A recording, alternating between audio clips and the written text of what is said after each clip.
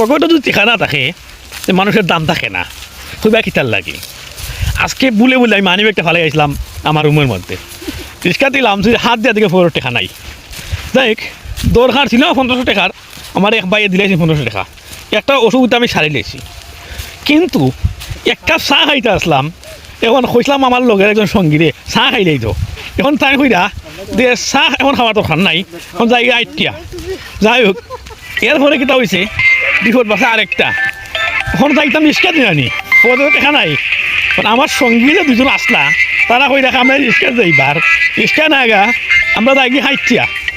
ওই জীবনের প্রথম রে ভাই, আজকে বন্ধে দিয়ে আইটিয়া কোনাকুনি খেনে ধরনি 20 টাকা বাঁচাইবার লাগি, কয় টাকা মাত্র 20 টাকা। সকলের টাকা না থাকলে ভাই কত সুবিধা হয়। আগেই জানতাম মানি বেগর ঠেকা নিয়ে বার হইতাম।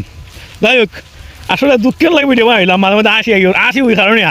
আর সাথে তো 2জন আসুন নানি, আর তারা আজকে আমার কষ্ট দেওয়া এইটা ওটার লাগে আসি। আর তো বন্ধুরা, ভিডিওটি ভালো লাগলে আপনারা শেয়ার করে আমার এই ক্ষুদ্র প্রতিবাদে আপনারা একটু শরিক হয়ে যাবা। ভালো থাকবেন, সুস্থ থাকবেন, দেখা হবে অন্য কোনো ভিডিওতে। আল্লাহ হাফেজ।